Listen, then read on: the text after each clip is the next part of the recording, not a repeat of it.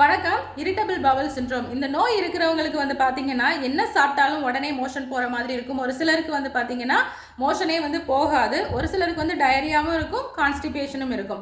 இதுக்கு வந்து இந்த ஐபிஎஸ் அப்படிங்கிறது வந்து ஒரு 3 டைப்ஸில் வந்து இருக்குது. IPSC, ஐபிஎஸ்டி, IPSM. இதில் வந்து எந்த வகைன்னு சொல்லி தெரிஞ்சுட்டு அதுக்கேற்ற மருந்தை நீங்கள் எடுத்துக்கணும். அப்படி இல்லாமல் வந்து ஒரு மெடிசின் வந்து சூஸ் பண்ணி நீங்கள் சாப்பிட்டீங்கன்னா சீக்கிரமாக வந்து க்யூர் ஆகாது.